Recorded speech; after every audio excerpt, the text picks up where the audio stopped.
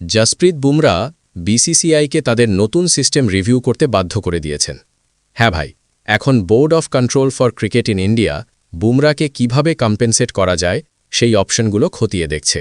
কারণ A+ category তুলে দেওয়ার পর তার বেতনে 2 কোটি টাকার ঘাটতি তৈরি হয়েছে। রিপোর্ট অনুযায়ী বিসিসিআই এখন তাদের কন্ট্রাক্ট স্ট্রাকচার রিভাইজ করতে পারে, যাতে ধারাবাহিক পারফর্ম করা প্লেয়াররা ন্যায্য রিওয়ার্ড পায়।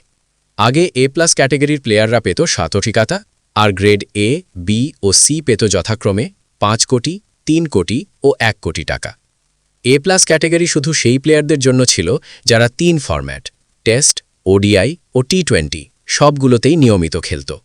কিন্তু বিরাট কোহলি, রোহিত শর্মা এবং রবীন্দ্র জাদেজার T20 থেকে অবসরের পর এই ক্রাইটেরিয়ায় শুধু বুমরাহই ফিট করছিলেন।